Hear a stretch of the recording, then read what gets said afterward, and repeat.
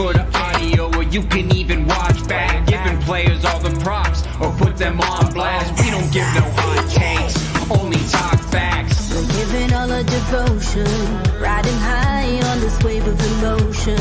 Going all out, yeah, cause this is our time. No, ain't no stopping us till we reach the finish line. All in, we came here to win.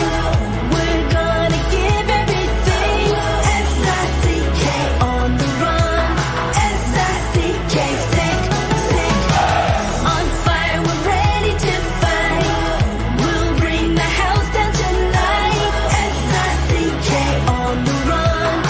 S-I-C-K, sick, sick. Play it on the car ride, play it when you lounge.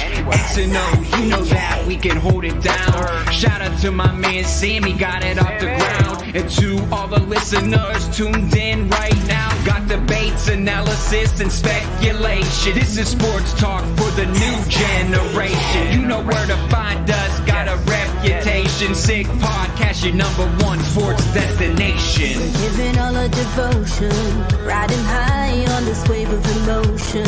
Going all out, yeah, cause this is our time. No, ain't no stopping us till we reach the finish line. All in, we came here to win. We're gonna give everything. S-I-C-K on the run. S-I-C-K, sick, sick. On fire, we're ready to fight. We'll bring the house down tonight. S-I-C-K on the run. S-I-C-K, sick, sick. S-I-C-K, it's the sickest podcast. Tune in for the audio, or you can even watch back. Giving players all the props, or put them on blast. We don't give no hot takes, only talk back. S-I-C-K, S-I-C-K, S-I-C-K, S-I-C-K, S-I-C-K, S-I-C-K, S-I-C-K. all in, we came here to win. We're gonna give everything. S-I-C-K on the run. S-I-C-K, sick, sick. S-I-C-K, it's the sickest podcast. Tune in for the audio, or you can even watch back. Giving players all the props, or put them on blast. We don't give no hot takes, only talk facts. We're giving all our devotion, riding high on this wave of emotion. Going all out, yeah, cause this is our time. No, ain't no stopping us till we reach the finish line. All in, we came here to win. We're gonna give everything. S-I-C-K on the run. S-I-C-K, sick, sick. On fire, we're ready to fight. We'll bring the house down tonight. S-I-C-K on the run. S-I-C-K, sick, sick. Play it on the car ride, play it when you lounge. X and O, you know that we can hold it down. Shout out to my man Sammy, got it off the ground. And to all the listeners tuned in right now, got debates, analysis, and speculation. This is sports talk for the new generation. You know where to find us, got a reputation. Sick podcast, your #1 sports destination. Giving all our devotion, riding high on this wave of emotion. Going all out, yeah, cause this is our time. No, ain't no stopping us till we reach the finish line. All in, we came here to win. We're gonna give everything. S-I-C-K on the run. S-I-C-K, sick, sick. On fire, we're ready to fight. We'll bring the house down tonight. S-I-C-K on the run. S-I-C-K, sick, sick. S-I-C-K, it's the sickest podcast. Tune in for the audio, or you can even watch back. Giving players all the props, or put them on blast. We don't give no hot takes, only talk back. S-I-C-K, S-I-C-K, S-I-C-K, S-I-C-K, S-I-C-K, S-I-C-K. Turn up your volume. Because you're about to listen to The Sick Podcast. Simmer Down with Shawn Simpson. Brady Tkachuk with the tip. His 100th goal in his 300th game, and it's a Gordie Howe hat trick to tie it. The sickest Ottawa Senators podcast. It's gonna be sick. And of course, we end up having a special guest on this beautiful Tuesday. Look at Echo. Look it into the camera. Here we are in good old North Manotick. Kind of a quiet time in Sens land. So I thought, hey, why not have a little special guest there? And I think for a lot of Sens fans out there, just kind of retooling today, right? It's not one of those days that has to hurt. Not one of those days that necessarily, it's a maintenance day. It's just an opportunity to just kind of, hey, out of sight, out of mind. Ottawa's over in Sweden. They had a little paddle ball, or I guess whatever you want to end up calling that. They end up having some fun, probably gone to a little beer pong at this point. And let's welcome in our good friend from old Penthouse in Gatineau, Mr. Justin Murray. How are you doing on this fine Tuesday? And say hello to Echo the dog. How we doing, Echo? Oh, she's doing good. No, she's curious as to what's going on here and just wants to chat a little ice hockey on this beautiful Tuesday. I was just saying, Justin, kind of out of sight, out of mind for Sens fans, right? It's kind of like, hey, this is like a little reprieve where you don't have to have a whole lot of emotions going into right now. It's just, hey, just need a little break here. I don't know if this is a good break. I don't know if we're going to be excited about what happens in Sweden, but it's just kind of like, okay, nothing to really think about. Just enjoy a couple of days here before we see some hockey come Thursday afternoon.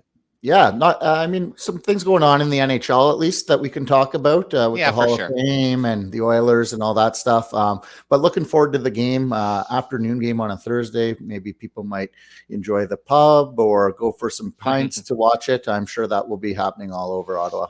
Yeah, and a little bit later at 12:20, our guest today will be Cheryl Pounder. Cheryl can, of course, talk about playing with the national team.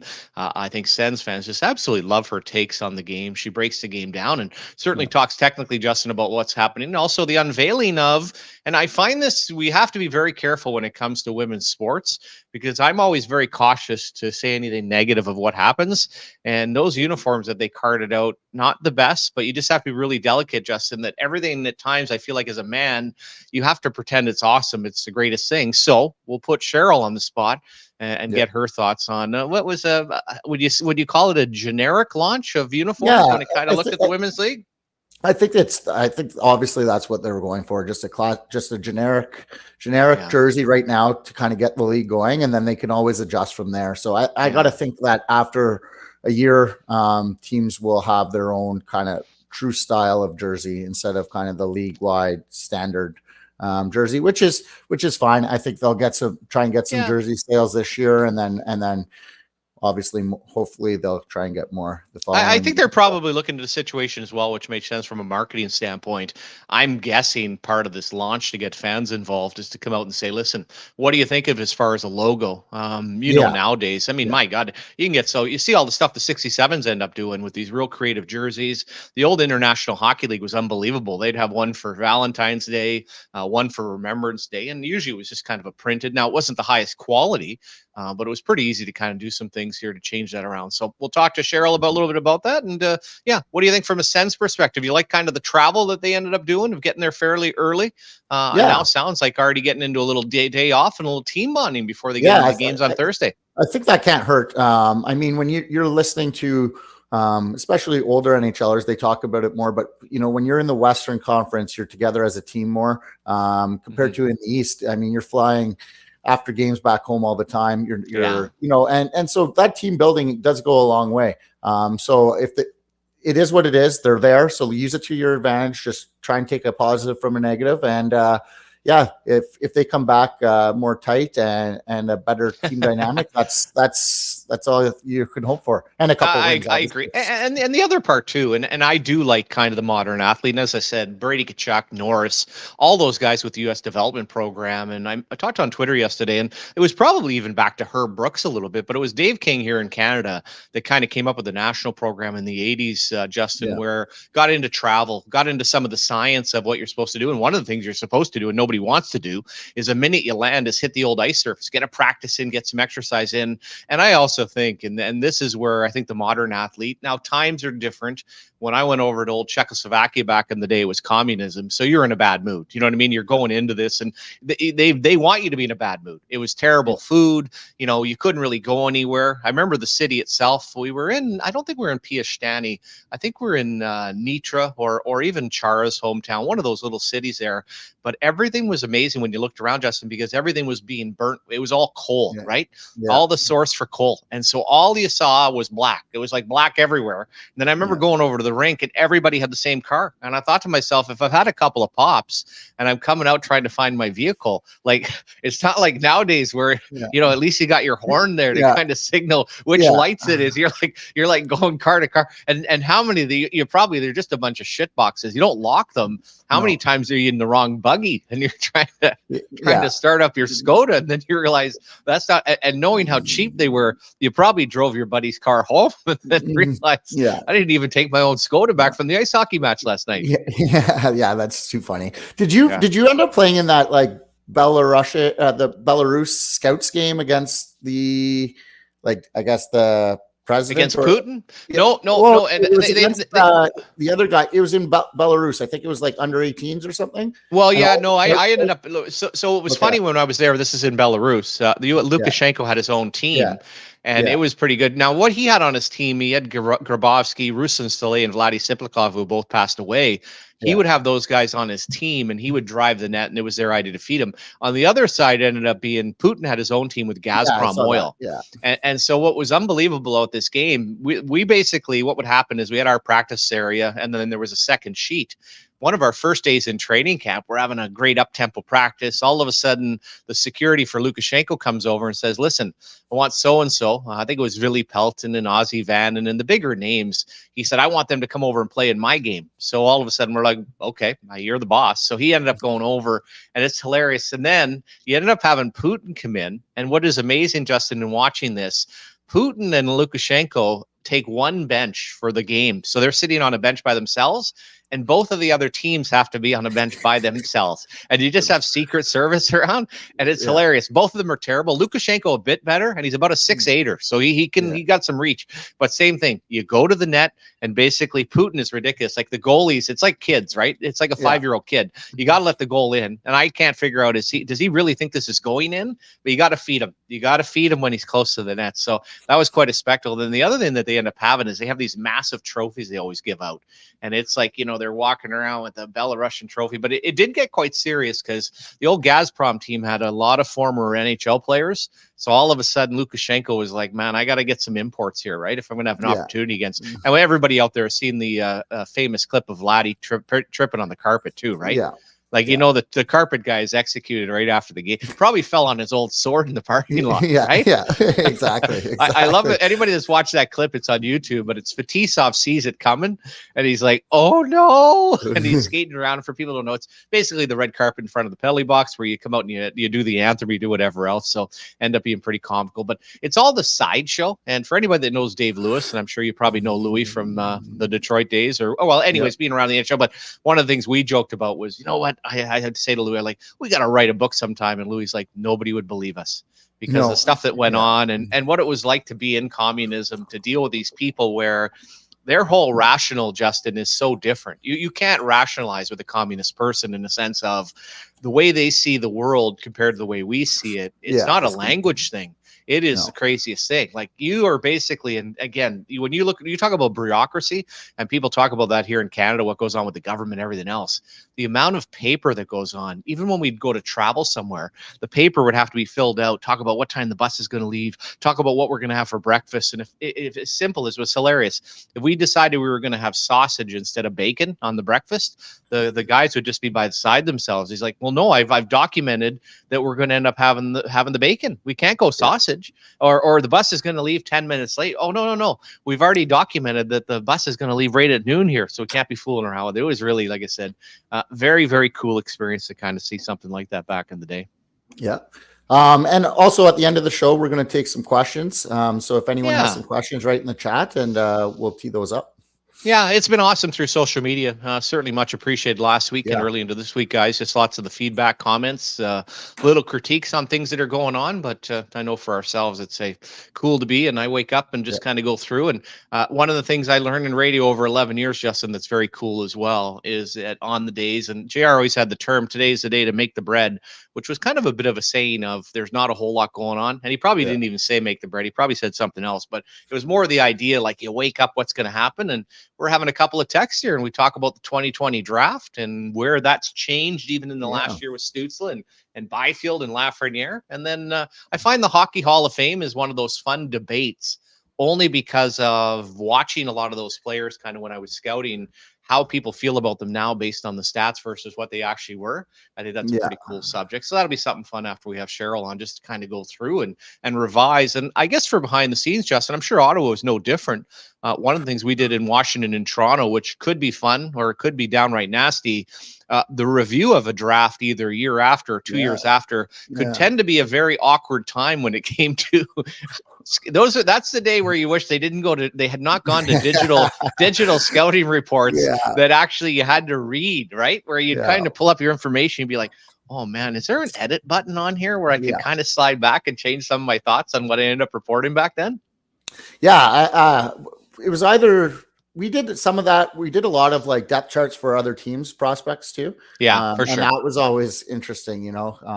Sometimes I think you rate your players a little higher than other teams at times. And it's just funny to see that come out on the back end. Oh, it is. And one of the things, and the comments say, last week, I know Montreal, and I find Slafkovsky a great discussion, a great debate on how he's being handled, which is actually ridiculous. And anybody that's trying to justify his time in the NHL with a goal and an assist doesn't know the old fine sport of ice hockey.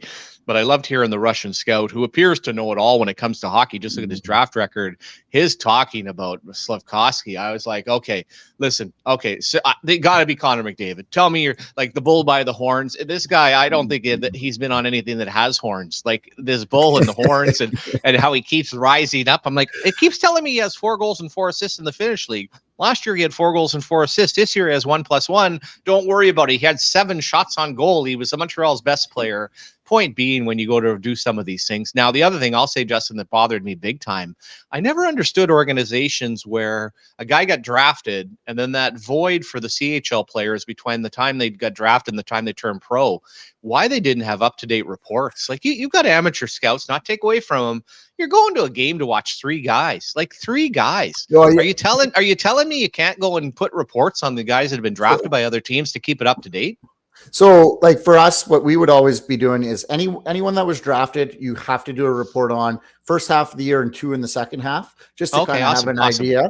16-year-olds at the start, you can kind of do a brief little one. And then in the second half, more. Just about how they've come along. And then the 20-year-olds, especially in the first half of the season. So like a guy like I saw Zach McEwen, who ended up signing in Ottawa later on, but he played in Gatineau. So, you know, you do a report on him early on in the year. And I actually really, really liked him. If anyone saw him play in Gatineau, he was an absolute star at times. You know, so you're kind of touching all those. And then at the end of the year, you are doing your depth charts for the other team's prospects that have been drafted. So you're giving them, you know, you're on your rating system, whether it's 1 to 7, that's what we were. So if they're 3+ or higher, that means they're could NHL player potentially. So you're doing all that just to kind of keep everything in line. That way, if a trade comes up, like the Nick Paul trade, when we did that, I mean, I saw him play on that run for North Bay. It was their first year in North Bay. It was my first year scouting. So, you know, you go up, and I was going up with Pierre at the time too, but we're sitting in the room the morning of the second day of the draft, and, you know, they bring up Nick Paul's name, and then we go into our system, and then we're looking at my reports on him. There was, you know, I've seen him a ton. Brian was like, come on, we need a little more here, Justin. You know, it's my first year and he was already drafted, but I liked him. And then I started talking about him, and Pierre starts talking about him. And then we realized, this is a guy that we want in this trade. Right. So, and then that was a good learning experience for me to make sure those drafted players were, had reports on them, just because it is important. And you might not realize it until something actually happens. And I was lucky enough that did happen my first year. So yeah, it so is. And I learned, you learn stuff all the way along. I remember a couple of players, one in particular, Jarrett Stoll. I remember the scouts and Ross Mahoney, who worked for us, loved Western Canadian guys. That's fine. No big deal. You have your area. But I remember the guys just raving about Jarrett Stoll. Then we're sitting at a draft and we get the memo that he's not going to be signed. And they want a 3rd round pick. And the scouts are like, well, he can't skate. I'm like, well, I think we've been talking about him for 2 years here, that he's going to be a good NHL player. What happened? And then again, he ended up obviously going on to have a nice career. The other one that was really helpful for me, I loved going to the World Junior. My focus wasn't amateur scouting, it was more pro side. But I still remember the World Junior in Halifax, walking in and seeing Derek Roy and seeing Brooks Like, who I'd never seen. And the fun part was, okay, you know what? I'll look at reports at times because of the job I have. You haven't, and this is something people should understand. Not everybody has everybody's reports. Every organization can be a little bit different on who sees what reports, and it kind of obviously filters up. But I love just kind of going in blind and looking at guys and figuring out, okay, who stands out? Those are the two. And sure enough, a couple of years later, when we went into a rebuild, we ended up trading Peter Bonder to Ottawa, ended up grabbing him. So yeah, having those fresh, up-to-date World Junior, very helpful for that as far as the high-end prospects. But I agree with you. Just put that work in, and why not? Like, it's fun going to the games and seeing, hey, did you miss on a guy? Is there something different that you're kind of looking at? And, versus just focusing on it. And as you know, with 17-year-olds, God, there's a lot of nights you can go to a game that maybe they're not even playing much. Yeah, and they could be playing 3-3. They could be dead tired. I mean, there's a lot of variables that go into it. So you're just like I said this before on the pod, you just have to get as much information as possible so you can take a highly educated guess at it. And it, you could think you're right and you won't be, and then you could think you're wrong and you end up being, it just anything can happen. God, yeah. Yeah, and this is as I went along, and I'll say this even working in radio, like I become more and more confident of what I say and what I do, and don't look any further than me writing off Tarasenko to start the year. But my God, there's some stuff on Twitter now a year later, I'll be like, come on, I never wrote that. And if I did, I couldn't have been sober. Like, there's no way that I saw that at that time. I'll even go back to training camp. I thought this Kubalik is going to be like a stud. Like, he looks like a player. And when the discussion came of if all of a sudden they need to open up cap room between he and Brandstrom and Joseph, I'm like, oh, Joseph is garbage. I mean, get rid of this guy. Imagine, and this is funny with teams, and teams are act the same way. I'm sure Philadelphia right now, if you called them and said, we'd take Matthew Joseph for a draft pick, get a draft pick back, they do it. In training camp, it would have been an attachment of an asset. Yes, exactly. Isn't that amazing how quickly the landscape can shift, Justin, right? Because there's no doubt. I'm sure Philadelphia's like, well, there's no way we're going to just be sucked into taking that contract. Now he's a guy you'd look at if you're Philadelphia. One, would you have traded for him? Do you want him? Two, boy, oh boy, could you flip him out of the deadline? And I don't think for him, I think this is what we saw a couple of years ago. I don't feel he's going to revert back to last year because, as you know, Justin, there's guys that have a little window and they're playing well. In the case of Joseph, I think, hey, this guy, for whatever he did over the summer or how he figured out, is right back to playing some great hockey. Yeah, no, it's good to see. And I was probably on the side of maybe he's the guy that needs to go just because of that contract, but he's proven himself here, and that's what you want to see. So. Yeah, I found it very refreshing. And the thing I kind of go back to that I wonder in the back of my mind, as you're going through different moments as an athlete, and if you're trying to get to a player, you can talk to an agent at times. You can do different things. One thing you can do if it's done properly, though, and it doesn't even have to be done, but I have to think last year in Pittsburgh when he ended up sitting out that game with his family there and all the hype and all the excitement with his brother. And I know he'd run into some injuries, but there were some disciplinary things. When you have a family culture, and now I wish we'd see the TV commercial we see the Kachuk one on English, they've got that. I think there had to be a little bit of a stroke to the pride, Justin, in the sense of, or a strike, where it was almost like, listen, you are not doing what you're supposed to be doing here, in a sense of, is this not embarrassing that basically for a whole year you just signed a new contract and it looks like he's come back? And I just wonder from a family perspective, are those little things? Because at the end of the day, hey, that name on the back and your family having answered questions why you're not playing should strike a chord in any athlete that has a little bit of pride. Yep. No, I completely agree. And Cheryl's here now, so let's all right, bring her in. Yeah. Hey, Cheryl, how are you? How are you? Good. I'm excellent. Say hi to Echo the dog. Hi, Echo. How you doing? Oh, she's good. Yeah, she's a little golden doodle there. No, don't be licking that bad boy. But anyway, she's good. She's having a little more. How you doing, Cheryl? I'm doing great. You might be hearing my budgies because that's all we can keep alive in this household. So we have so that you can just put some seed down and leave the house, fly out of the country and come back, and they are still alive. So wow, but that noise in the background must drive you to drink at a very early time of the day. If I had birds, that's pretty normal though, Simmer. So it's okay. It doesn't really matter. Yeah. So this is lemon water, I must say. It's not okay. Yet. Although I do have a day off, so you know. Yeah. Well, that's a veteran move right there. Do you find yourself, and I didn't go I actually did in the World Junior way back, but I found as a scout, one of the cities that was so magical to go to was Stockholm. Does part of you feel like you're missing out on something, a little FOMO, that everybody's over in Sweden right now and we're all sitting back in North America? And I know you're covering the games. We're just having a little talk show, but do you kind of miss from all the times with Team Canada and just everything, how cool it is to have those experiences? Oh, yeah. I mean, anytime you're going over to Europe or somewhere foreign to you, it is exciting, right? And I mean, especially a city like Stockholm, right? You've got that. It's just such a vibrant city. And obviously, you have to remember you're not a tourist when you're there, that you have a job to do. I think that's one of the biggest things. But we've had a lot of fun on those streets. Let me tell you guys, we need another hour to talk about those because, yes, the guys have a lot of fun, but so do the women. We know how to do it up just right. But yeah, a lot of great memories over in Europe. Always have a couple days off here or there to be able to see different parts of it. So, well, typically when we were traveling with the World Championship and now as a broadcaster, when you do get your dark day, you get pretty excited about it. Yeah. I got to ask you, and then this is the fun part, like, and I'm 55 years old. So when I was young, women played ringette. Yep. But when you're on the road, it's the same things go for the single players and for the lingo and everything else, all of a sudden hitting the bar after.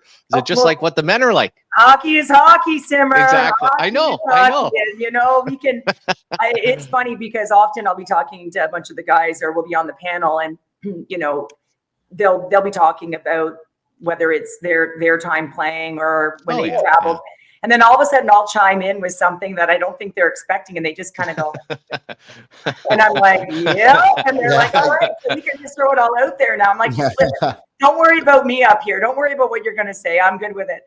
So no, you know what? It's, I think there's so much that goes into it in terms of the chemistry of teams. We used to have this mantra, you know, those who play together, stay together, and playing guilty. And all those phrases are kind of the same. They're similar. The difference was when we were playing for a national team, that was it, right? That was the pinnacle. We didn't have the luxury of an 82 game season where, you know, we had some time here or there where we could cough up one and it didn't really make a difference depending on where you are, of course. So for us, it was business when we were on the road for the most part, but we did have our moments. But in terms of the language and the chirping and the talk and we've had some good times. There's no question about it.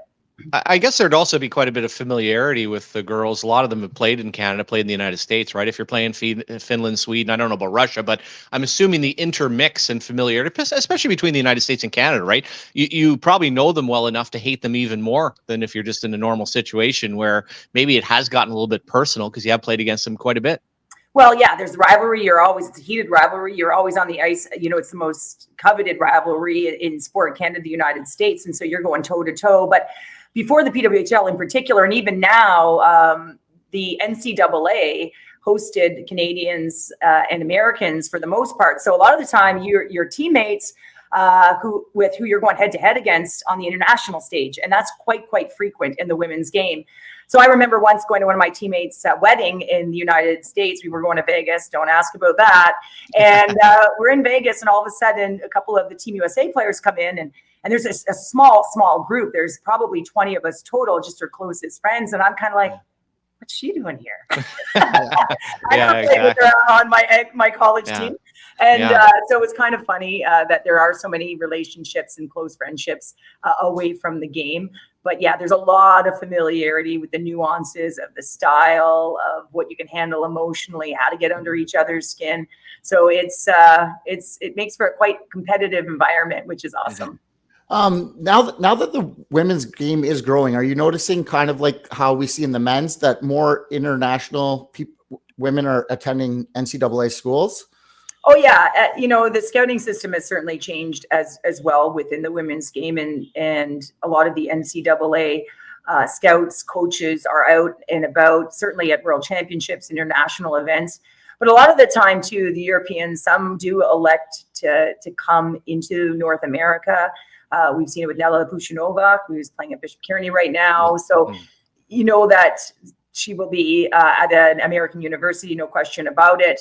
But certainly I've seen some players come over from Russia into youth sport, where they get their look. So, and then they wind up at a university school. So there's lots of different ways in which the avenues are changing, but certainly as the grassroots grow, as the international game grows, as there's more eyes on it, naturally there's more scouting eyes on it as well. And the under 18 World Championship has also helped with that. So Sweden coming into the fold, playing against Canada in the most recent World Championship at that level. All of a sudden you're seeing young players like Mira Youngakar, and she's still young enough. So scouts got eyes on her, right? She's recently signed. So you want to make sure that, you know what's coming in. But I think these events are certainly helping the international players, find their home if they want to come play every day with the resources available to them to be able to develop. And traveling to those different countries, Cheryl, I'm sure that in Sweden, a little bit easier because the mentality of, I think they've done a great job with women's sports historically. Finland's pretty good. Get into Central Europe. I always wondered, hey, if you're in the Czech Republic, are you going to play ice hockey? Part of this for in a young age must be the infrastructure of having still something to play. Unlike here in Canada, it's incredible, right? You can find a great game, great league. You don't have to travel. And of course, the NCAA for years, forget about hockey. I mean, how many male and female athletes on an international have they developed over the years? I mean, that's got to be a huge help in growing the game. Oh, it's huge. And you look at men's programs that are flourishing in certain countries, whether it's Sweden or Finland, and you certainly you'll start to see their women's programs start to flourish as well. But I mean, if I look around, honestly, Simmer, I mean, I'm coaching in the game, and I could probably throw a baseball and hit a hockey team. Like that's how many there are around us. And so I'm going to write that down. I'm going to throw a baseball. Yeah, well, I mean, yeah, you don't know my arm. I got a good one. You got another. I like it. But yeah, it's that's like awesome. You feel like almost on every corner that there's, whether there's girls in the streets or whether, playing, picking up a stick, not as much as they used to, because obviously there isn't as much road hockey anymore because just everything is so regulated. There's just so much on ice hockey and development that I think in some ways it's taken away from that sort of free for all play. But certainly I know with the women that I coach, I can travel, like I said, I can probably travel 10 minutes, 15 minutes, and I'm playing on top tier teams.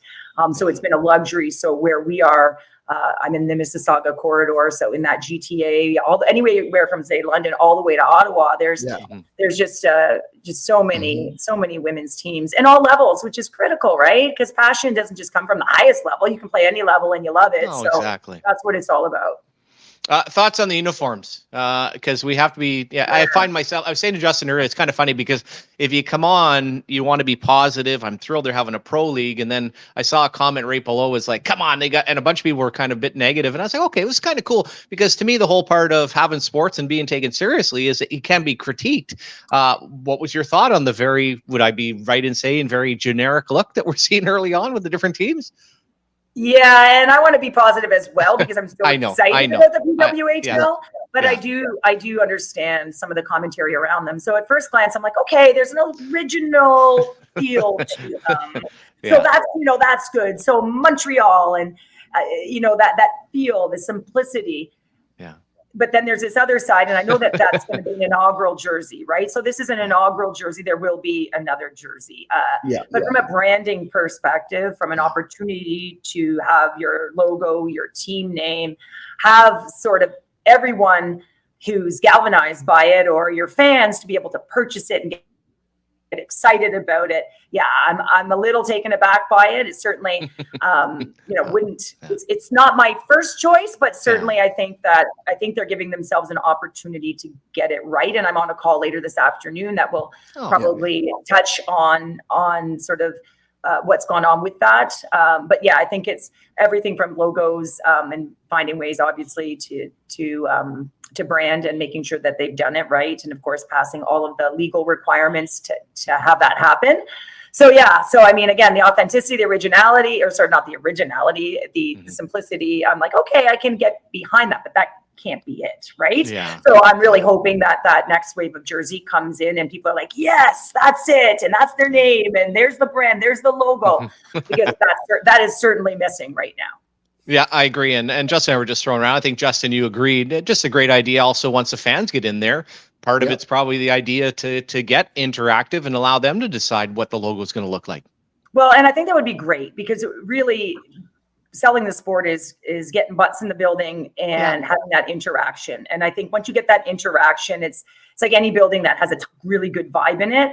Give them a piece of it, right? Give your fan base a piece of it, and ownership and that community. And I think that it goes a long way. So I'm hoping that there's sort of that influence there as well as we push further through this, because that's going to be a huge piece and element for these women and for the league itself. Do you think people have any idea? I was fortunate enough to work in the NHL, but also ran an American League team, worked with the East Coast Hockey League. And the minute I see a new franchise, a new league, anything, I don't think people have any idea all of the infrastructure and all the things that have to go into place where you're now welcoming professional athletes. This isn't just showing up for a training camp. You're talking about a place to practice, place to play, equipment, where are you going to live, how are you going to make this go? And then the other thing I look at, and I see Ottawa's playing Minnesota, which is kind of the outlier when it comes to travel. Like, it's a lot, Cheryl, to put this together logistically. And again, you want to be felt good. You don't want all of a sudden, hey, just want to let you know we're taking the old Greyhound out to Minnesota, but we're going to have to leave 2 days early. It's going to be like the Western Hockey League. Right? Yeah, we're going to give ourselves a week for travel, everybody, and pack your snacks.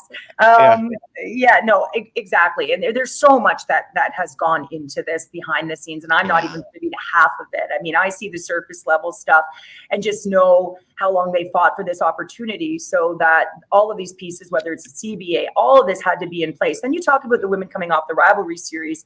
We just got back from LA. Through the red eye, God help me. And they're changing cities now. They're relocating. They're moving. Well, this hasn't happened before in the women's game, where you're now all of a sudden entrenched in a new city. You're entering a training camp. There's been a draft. Now there's obviously the signings, free agent signings are happening. There's waivers happening. Some timeframes coming. Evaluations are happening. So intermix this all with new GMs to the business, older ones who have more experience, coaches, and you're adding all of this on top of everything else, your communications, your marketing, everything else, your scouting. So it is just one massive undertaking. And I think in terms of sort of the branding and all of those elements and pieces, whether it's the legal issue and elements that they've got to get by with their branding and their logos, or whether it's just making sure that they get it right, because you get one opportunity to really give that official brand a launch. And so then there's pressure there. I think there's a lot of pressure on that next jersey and the branding and the logoing. So they want to get it right. But you're right. I mean, the infrastructure and what it takes to put this together, let alone just the, having brains behind it to try and put a team together with roster construction that you think can win it, completely different. And also listen, it's not just about roster construction. It's also, we need a key marketable piece. So we gotta bring in people. And so there's a whole whirlwind of, different things going on that to even make it happen before they step foot on the ice. At early glance, how is the Ottawa team looking? Oh, you got Carla McLeod there. I like her. She's a confident coach, and I think that she thinks she can elevate anyone's play, and I believe that she can. I think she's a brilliant hockey mind, and I think that her and Michael Hirschfeld will work well together. And the thing with Carla is she really gets the best out of her athletes. She has this uncanny ability to really drive play with them, but have a demand of excellence within her structure. So she's a very free coach, but then she demands.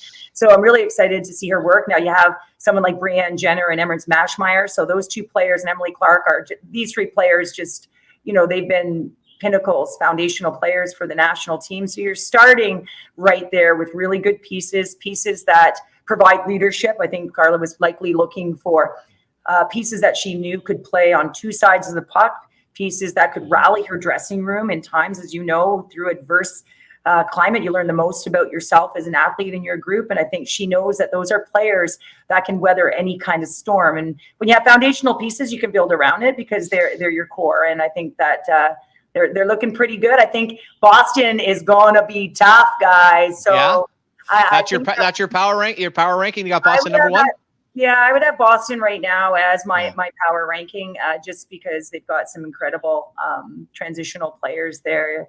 You got the likes of a Megan Keller and, someone who's just unbelievable on the back end, Hillary Knight. The names continue on there. But for me, I do think that they will be contenders as well. But I do believe, like, this is you're looking at an original six, man. Anyway, anything can happen. Anything can happen. Anything can happen. And so really excited to see how it all unfolds and really how they mesh together. I'm sure when it came together, the New York Rangers didn't think they'd go 60 years without winning a Stanley Cup in a 6-team league, right? You probably thought, you know what? And the other part, if you got it wrong, it probably took you decades to try to figure it out. To that, Cheryl, I was fortunate enough to play a little bit in the IHL, of all places, Fort Wayne, Indiana, which was so cool. And then I played in Baltimore, which was a non-hockey place, but it would be pretty funny because once in a while we'd have that mall signing where you'd show up at a mall. And first of all, in a city like Baltimore, people are looking at you like, who are these? We did that every game. Oh my God. And I remember going to a golf tournament. A golf tournament had the Ravens players and the Oriole players. And I'm just sitting there looking, and I'm going to be one of the so-called, and celebrity is just it's a fill-in. And a poor group that sees Cal Ripken and other people. And then they realize, I'm going to go back to the point, though. That's the other part of this, Cheryl. And I'm sure you did it for many years. These girls are coming in. They may be hockey players, but you better get used to be a salesperson too, right? Because that's going to be your biggest attraction to get people to come out to the games. Well, yeah. And they believe that once they do, they'll stay.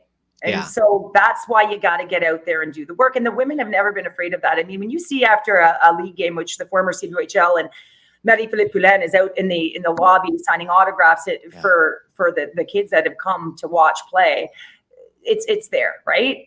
And that's always been a product of the women's game because you've known you had to sell it. And the idea here is that at some point that can change in terms of it's an isolated thing where, you get a couple of athletes because they're focusing on what they need to do, and that is play in that game and cool down and do everything that they need to do. But in the process, are you going to see a bunch of the women in Ottawa out and about? You might see school visits. You might see, right, all of those different elements that can bring and rally people, men, women, grandpas, grandmas, whoever it might be, into that game, into the fold, because, they believe in their product. So they'll get out there and they will do the work. And I think it'll be strategic. But I do think that it will happen. And Simmer, I've got a funny story for you because that celebrity word is funny because when I was playing, stay-at-home defender, right? So only time I made the highlight reel was when someone walked around me and roofed it, right? So there was no goals to be had. And I got asked to go to a golf tournament as a celebrity guest, which of course I am crap. Okay, I'm a crap golfer. And then I get mad, so I just start buying rounds. So I have hope just to get them as drunk as possible so they don't see me hit the ball or whiff, shall I say. So I'm dreading this one tournament because they're long. I'm terrible. Oh so I it's the longest day waiting on the tee. I decide I'm going to send a very clear message right away. So I grab 3 clubs, my 3-iron, a putter, and a pitching wedge. Okay. Oh, whoa. I grab it. And I literally put them in like one of those old grocery bags. I put a pair of running shoes on and I walk up to my foursome, just like I'm shit. Yeah. No, that's a sign. That's a sign you're a LPGA pro. This is the problem. So then in my bio, unbeknownst to me, in my bio, I shit you not, it says Cheryl Pounder, golf medal world champion. So not gold medal, typo. So you're coming in as like the long driver. Hey, right? Can we be honest though, when it comes to hockey and golf with a last name like Pounder, like you should be whaling that thing like 300 yards. Well, I can 1 out of every 12. Okay. And then, so then they're like, oh, you're a ringer. And then we got to the bottom of that one quickly, but no, it's, that was my story. And I remember being mortified. I'm pleading with him. I'm not a golf world champion. Like, it's hockey. Well, and that's the fun part. You get out with people, they don't care at the end of the day. Let's shift over to the little National Hockey League. And I think the part in here, we're hanging on every word in Ottawa and what happens.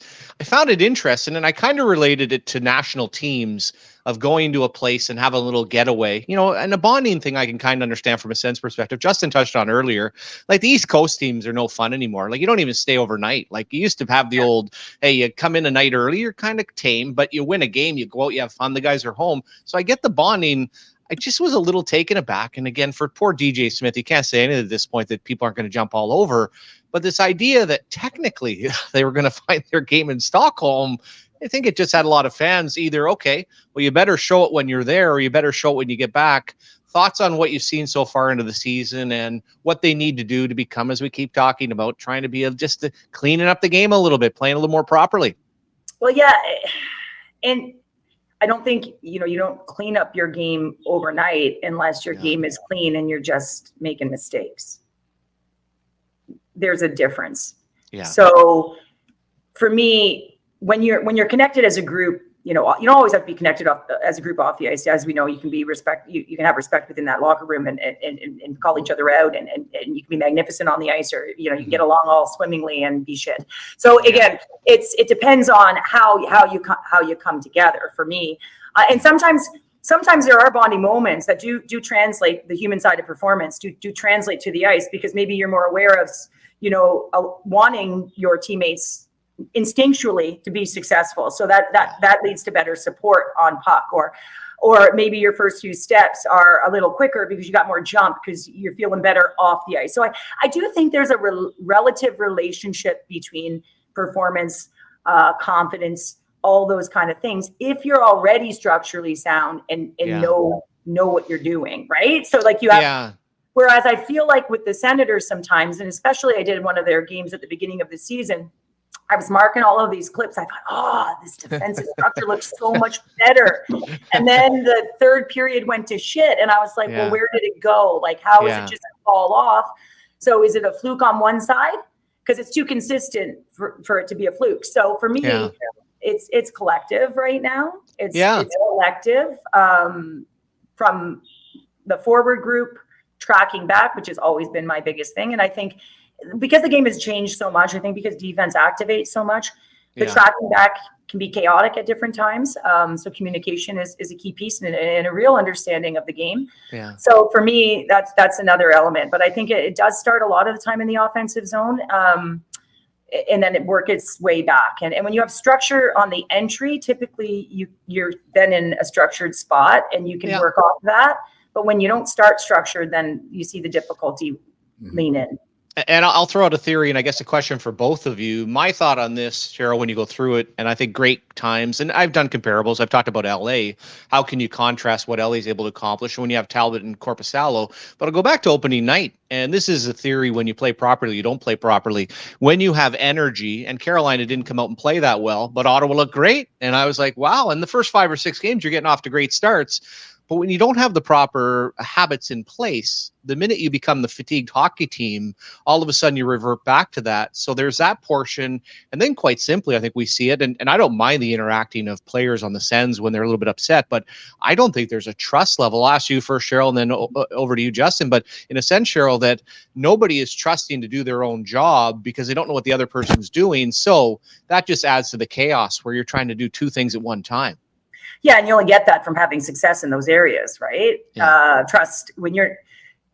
I attribute that, and I agree with you because you see it at all levels. You see it in minor hockey, you see it at the NHL level. That if you don't trust that your high forwards tracking and pulling back, or you don't trust that you got that support down low as a defenseman, or you don't, right? You're not sure where to go because you don't know if you're going to have to cover. And then once that happens, you're in trouble because you're hesitating. You hesitate in this league. It is way too fast to be able to regain stick position, a stick, because the seam opens up, and that's part of the game. The seam opens up, a cross seam pass backdoor, you're in trouble quickly because you become outnumbered by a hesitation.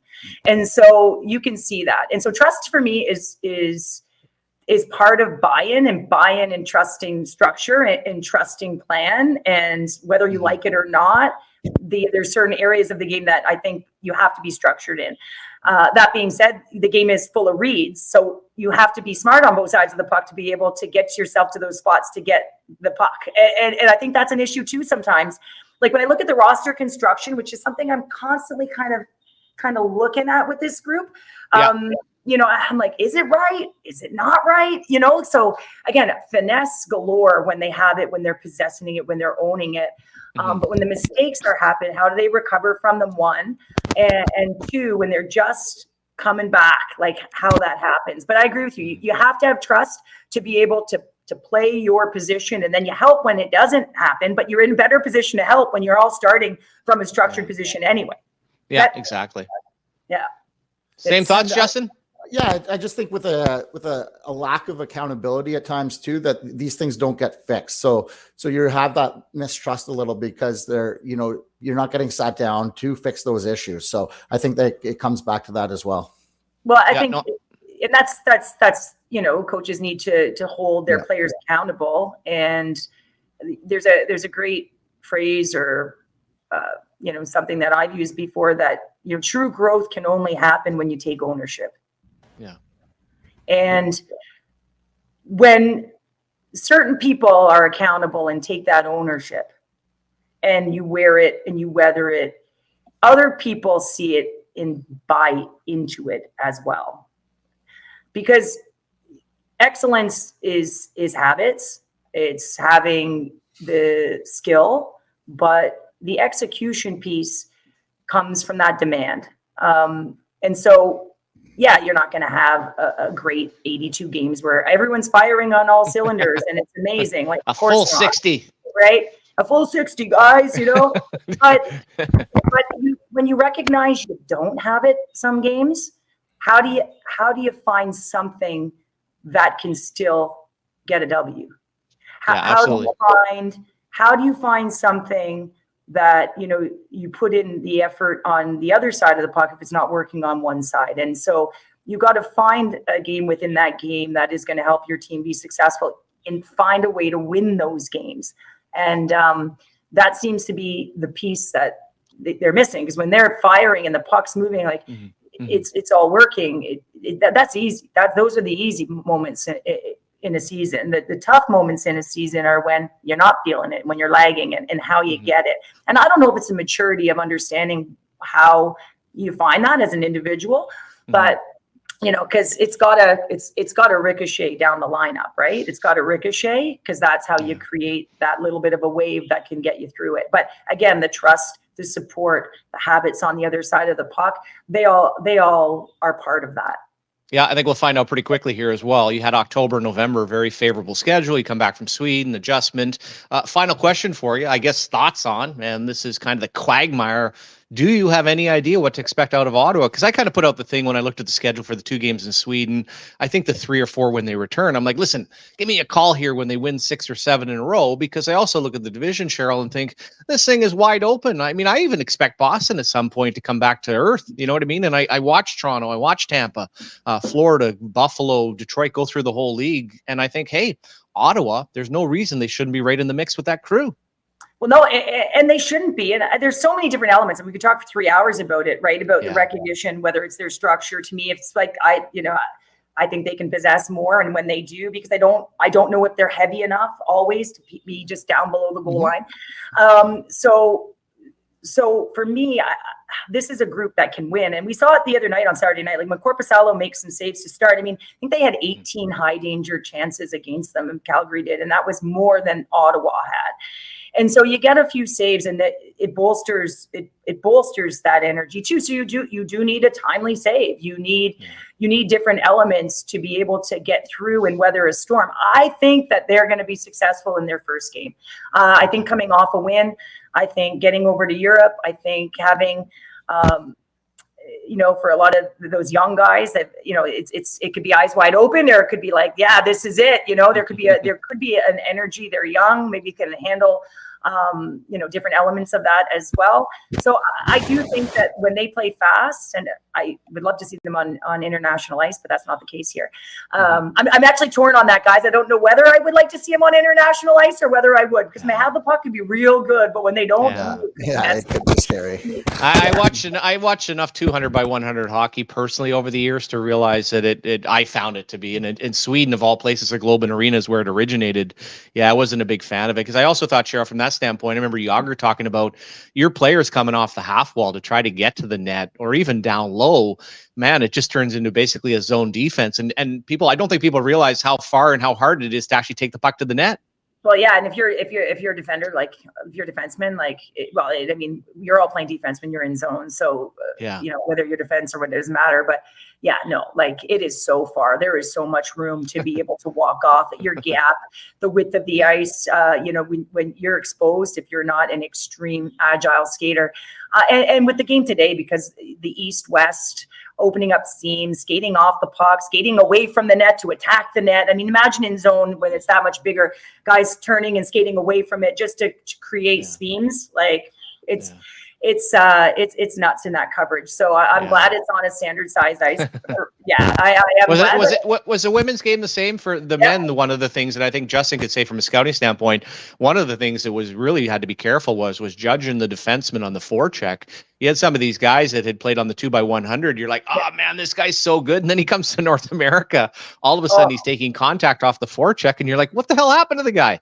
I know. And that's true. Well, and think about the room behind the net. Yeah. Oh yeah. I mean, that's you can bring your whole family back there. Bring your whole family and have a picnic back there. Right. So I think that's another thing where, just it's such it changes the game completely.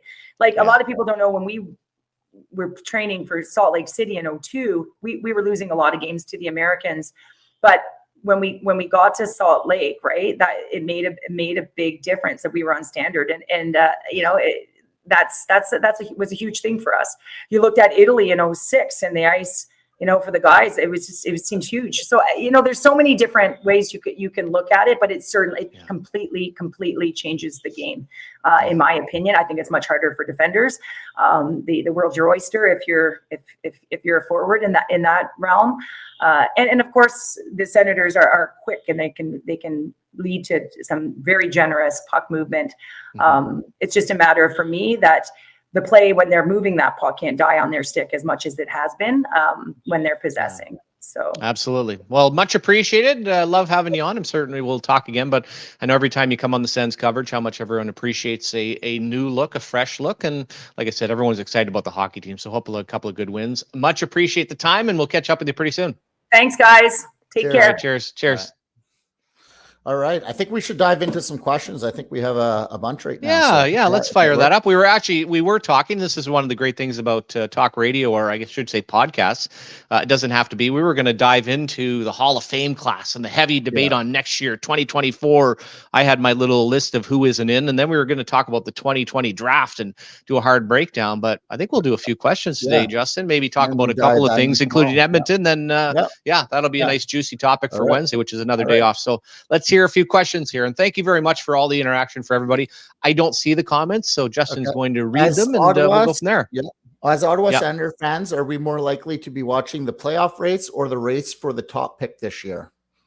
Well, I think it'll be the playoff race, Justin. When I look at the Ottawa Senators, I mean, my oh my, I'd be a little shocked if all of a sudden it turns that bad that they're talking about it. Now, this would be an interesting discussion as we get towards a trade deadline.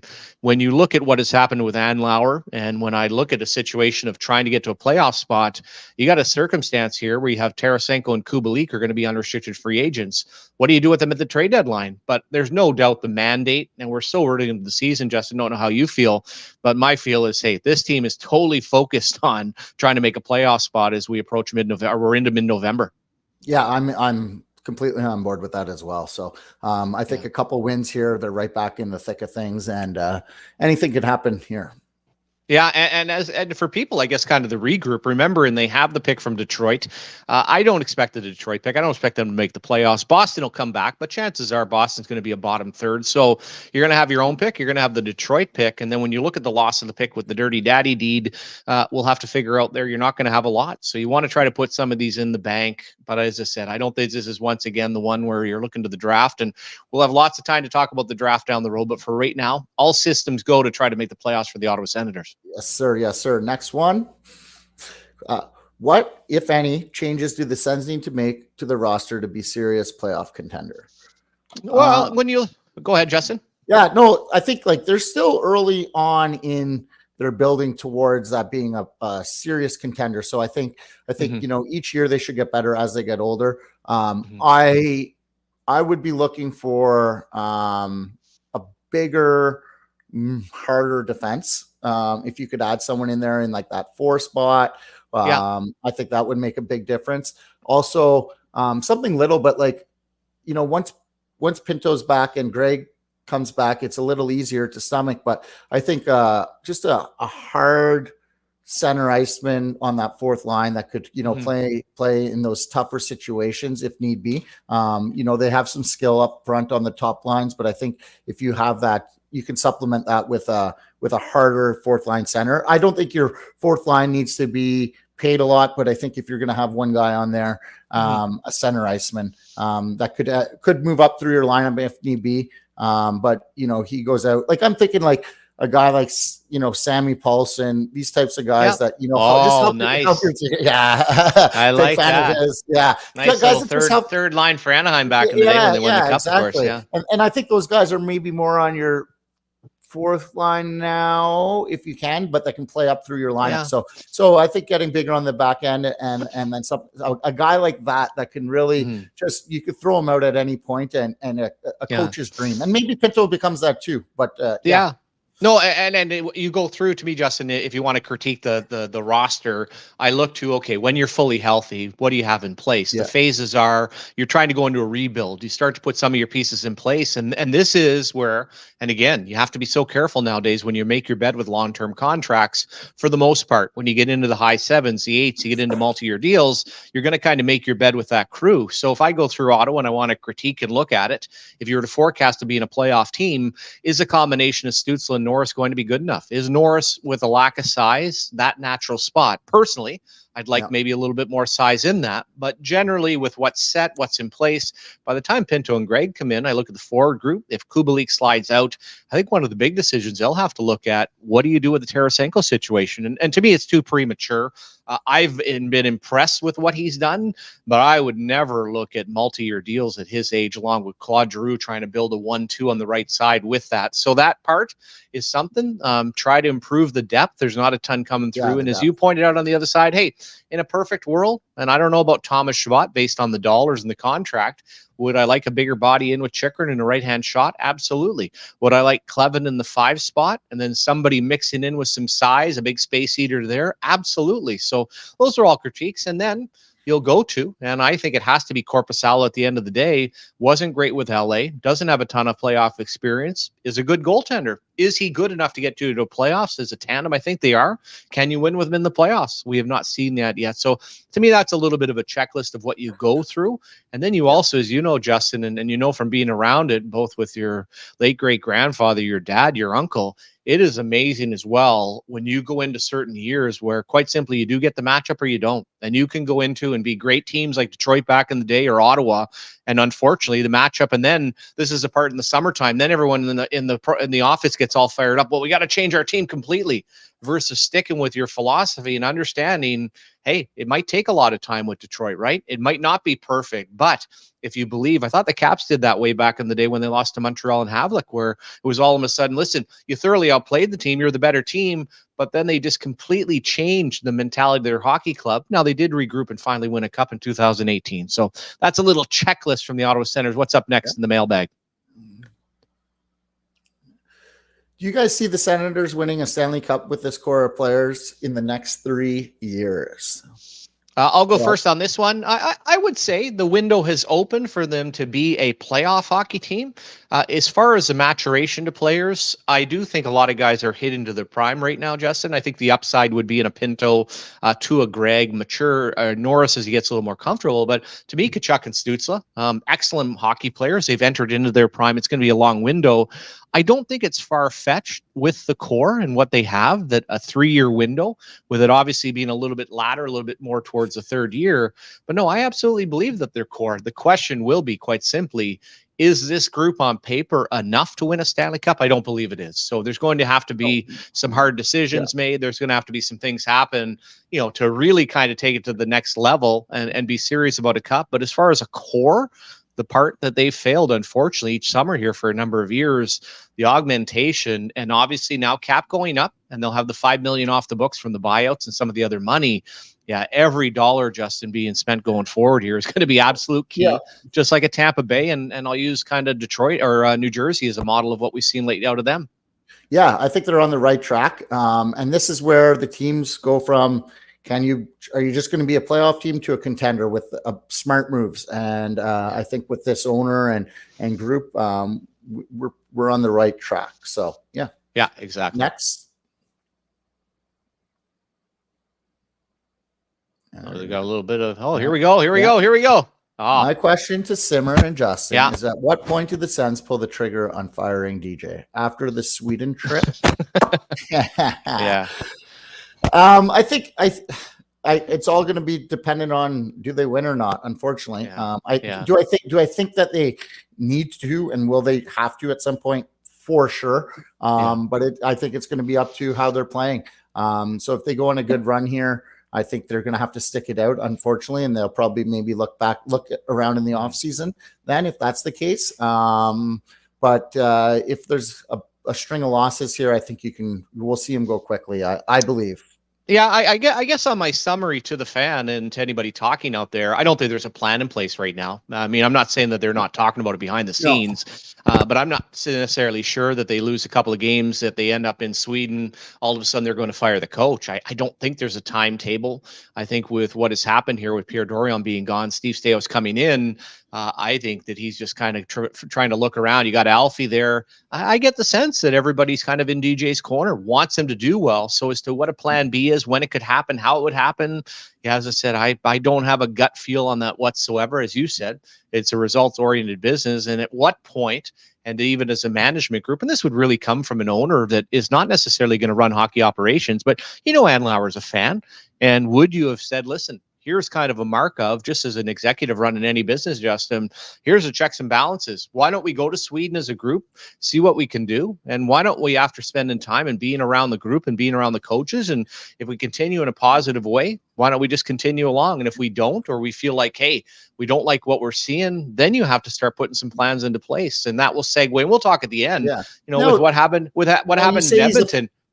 You say he's a fan, but like that's what he's saying in the media. We aren't privy to that. He's a business guy. He's going to be taking care of stuff on the back end. So he's going to say that in public, obviously, but we don't know. He could easily, be doing stuff on the back end, on the behind the scenes, ensuring that if anything does go wrong, he's ready, because he strikes me as a smart businessman that's built his way up. I think he's going to be prepared for anything that happens. Yeah, and also what the inner circle is. And this is one of the things, and we'll get on to Edmonton at the end here, just talking about, hey, if you are making a change, you keep it in a very small circle. The last thing you want is DJ Smith getting whispers, and then who's the person going to be? And if it's not internal, just like the Edmonton Oilers touched on, you've got to go and get in contact with somebody else. So I get the sense, as I said, they're trying to keep it together. They're trying to show confidence in DJ Smith. So I don't have any gut feel or any answer. I'm just basically going day to day with the temperature of the fans. 100%. Also, while we wait on our next question, if you are watching on YouTube or Facebook, give us a subscribe, please. That helps us grow the brand. And from Nico Simmer, I would love your thoughts on a Shabbat trade. I would like to bring in a Mark Methot right D. Any thoughts? That'd be outstanding. And again, in trying to find the fit, and you guys were lucky to find the fit when Mark Methot got traded out. You ended up having Foligno as a situation, but this particular case, that's not an easy thing to end up doing. So we'll see. In a perfect world, would you like a right-handed defenseman that's making $4.5 million? Sure. Do I think that would be something I'd examine, or the new group along with Batherson and some of the other things? Hey, when you got a fresh slate and you come in, Justin, as you know, we have no idea what the conversations are. I'm sure they love Brady and they love Stutzle and Sanderson, and how you feel about the rest of the players, the contracts, what everybody's doing. But yeah, I think a right-handed shot in that spot, and quite simply for Thomas Shabbat, guys, an inflated salary going up to $10 million, an AAV of $8 million. If he's not going to run your power play, might be your third option offensively, and you're looking for him to be a defensive D, I don't really know what that is. And then I guess I'll also say, Justin, I'm assuming you can get some pretty good value for him, but I also wouldn't pretend to know what the trade value would be on what is a large contract. You're bringing Thomas Shabbat in to be a number one, right? You're not bringing him in for anything else based on that payday. Yeah. All right. We'll do another one. Justin, you're approximately the same size as Timmy Stutzle. It seems like Stutzle's getting pounded out there. What's Timmy's best way around this? Well, I think adding Matt Nichols is going to help. I think what they had there already is going to be was good, but adding a fresh mind in there is a good thing. I think it might sound crazy, but just getting so much stronger, and sometimes that is a beach body workout. When you work out in the NHL in the off season, it's to prevent injury. But I think some of these smaller guys, the best thing they can do is just get as strong and heavy as possible. Now that comes with age, obviously, and we're seeing it with some guys in the NHL like Elias Pettersson. It took time, so it's going to be a mix of time and also your philosophy on how you work out. So you don't see those big bulky guys anymore. They're more lean like soccer players. But I think for some of these guys that strength changes everything in your game. It changes your shot, your puck possession, your ability to win battles, your confidence, everything that you do. Strength plays a part. And I was a weak kid early on, and I remember going to the gym, and after 1 year, it completely changed the makeup of my game. And that's just a guy, playing junior hockey. So I think with Timmy, it's going to be dedication in the off season, but also a philosophy on that of wanting to get that heavier. And I think it will come. He's still young. We'll probably talk about the 2020 draft tomorrow. He's ahead of a lot of those guys, and you're starting to see those guys come on a little more now. Like this is the year that 2020 draft starts to come. So he's already ahead of that curve, which is a good sign. So. Yeah, exactly. And to that with Timmy Stutzle, first of all, going back to his draft, had Todd Lushko on, who worked with Mannheim, a teammate of mine, talked about him being a rink rat and a gym rat, and the legs and ass on him, very powerful. He also, and I believe with training nowadays, has world-class training, whether it be here in Ottawa, back with the German club. I mean, the Europeans have been way ahead of the curve for a long time. What do you do with Timmy Stutzle? You just continue along. I mean, you can work out all you want. You can work with Matt Nichol. I can go and drink the BioSteel juice. I can do all I want at the end of the day, but your body, part of it as well, Justin, is going to decide when you're a man and when you get to man strength. And then the other part, and I don't think this is the case of Timmy Stutzle, I've had players in the past, Brian Sotheby, again, names people wouldn't know, Chris Beach, guys like that, Eric Fair, never got the core strength. It's such an important part where a guy, just for whatever reason, doesn't adapt, doesn't end up having that. So for Timmy Stutzle, I think it's also philosophically that he keeps his feet moving all the time. And when you have that, you are going to be more prone to when all of a sudden coming out of the track, getting tripped up. But it's not anything I worry about, other than it becomes a bit of an issue whether you're figuring out, has he been dumped? Did he dive? What's happening on the ice? What's that look on his face? I think that's taken on a bit of a life of its own with the fans, with the referees, and certainly I think even for people watching. But I'll say on Timmy Stutzle, from what I understand, the last thing you have to worry about with him is work ethic, application. Like I say, it's a 21-year-old. This is a process, and it might be when he's 24 or 25 years old. You touched on Steve Yzerman yesterday. He was just a little boy when he came into the National Hockey League. It took a long, long time for him to reach that spot, both mentally and physically, where he could actually go out and play that style. Yep, completely agree. One more, and then we'll touch on the Oil. Yeah. Are there any hot teams you guys don't believe in that you think will drop? I'll let you start on that. As far as hot teams, the Boston Bruins, just on the margin of their defense, that will level out. Now, as far as dropping out and not being a playoff team, not a chance. Certainly, I watch the LA. They're a hot team. Vegas is a hot team. I look at the goals against. I think the one that we saw in here the other night would be most likely the one that I expect to drop, Justin, would end up being the Vancouver Canucks. When you look at the analytics, you look at the style they're playing, you look at the high shooting percentage, everything else that's going on, that just feels like an absolute house of cards. Not to mention when a team so drastically goes one way so quickly that they ended up doing under Rick Tocchet, I think there'll be a little bit of a reset with Vancouver. Yeah, I think right now a lot of teams are in the place where they will be. I think Washington is playing well lately, and I'm not sure how much I love them. But a couple teams that are starting to play well is Pittsburgh. They're starting to come on, actually. They're doing the opposite. And who else was I looking at that? And Florida's really coming on as well. So just to kind of reverse that topic, I think those are two teams that are starting to come on that could come together. I mean, Pittsburgh I worry about, but I think there's so much talent and they got good leadership. I think it just took them a little bit to kind of get used to everyone playing together. That's a big change, having Eric on your back end running things instead of Letang, and everyone just kind of slotting into position. But I think they've won 4 in a row now, so look out for them. And I from a Pittsburgh standpoint, and Carlson coming in, Moody, Letang is like one of the boys. He's Crosby's guy. He's Malkin's guy. And I kind of thought, what's the overlap here? It's kind of when he went to San Jose with Brent Burns. I mean, you already have Letang, who that's what he should be doing, because he's not obviously in the best spot defensively, certainly. And I don't believe in them. What I do find neat, and we will say go over to the Washington, I'm not believing. Ovi's got the 4 goals. They brought in the Pittsburgh side, and a little bit like I don't think we give enough credit of who's the hot player for Pittsburgh right now. It's Malkin. It's not Crosby.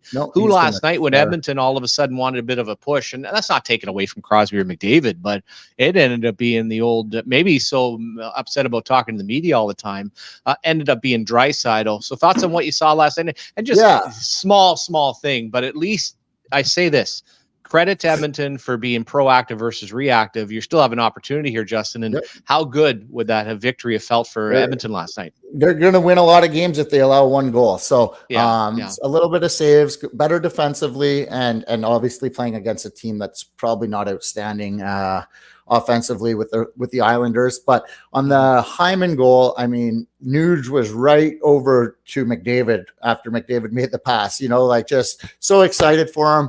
It was almost like a sigh of relief, and then McDavid got that goal at the end, which got a lucky bounce, but it just seems like a weight lifted off his shoulders. And I mean, Canada loves McDavid. They want him there. They want him in the playoffs. So to me, that was good to see. And then obviously just allowing 1 goal. But there are a lot of things we share here with the Sens and Oilers, and I think if they make an emphasis on that, a little reset with the coach, even though it seemed like McDavid wasn't too happy about it. I think it's going to lead to better things. So now we'll see if the goalies can make saves. I mean, I was a little worried. Like, it was first shift and allowing a goal, and it was just a complete disaster. But they bounced back and got that win. Yeah, for sure. And I wonder what Paul Coffey, what he's actually saying to them. And difference there, obviously, the expectation. As far as McDavid, I guess it just adds to it. And we can have the discussion another day. This is part of the reason why I think being a captain in a Canadian market ends up being so difficult, so much pressure. And all they want at this point is to get some wins. So thank you on a Tuesday for tuning in. I know it's a little quiet this week. Always great having Mark Mathod on yesterday, Cheryl Pounder. We'll continue along. Actually, Ian Mendez will hook up with tomorrow from Stockholm. Matthew Barnaby Thursday, Nick Kiprios Friday. So we'll kind of keep the guests rolling. I had segmented or talked about having them come on at 20 after. We keep them for 15. That's pretty much shoot up the show. So we'll have to see how this all goes, Justin. But some great talk on an off day. We will tackle tomorrow a little Hall of Fame talk that's already going to be getting old. Then get back to the Stutzle draft. I think it's a fun thing to do when the Sens aren't playing. They are over in Sweden. So thanks for a great day, Justin, as well. Everybody out there, kind of gloomy out. Not the greatest day. So hopefully you enjoyed a little hockey talk. And of course, stay classy, Ottawa. Until next time, I still have to read it. You can see me looking down. Over and out. Cheers. And that's a wrap. Hope you don't miss us too much until next time. Follow the Sick Podcast Simmer Down with Sean Simpson on YouTube, Facebook, Google Play, and Apple Podcasts.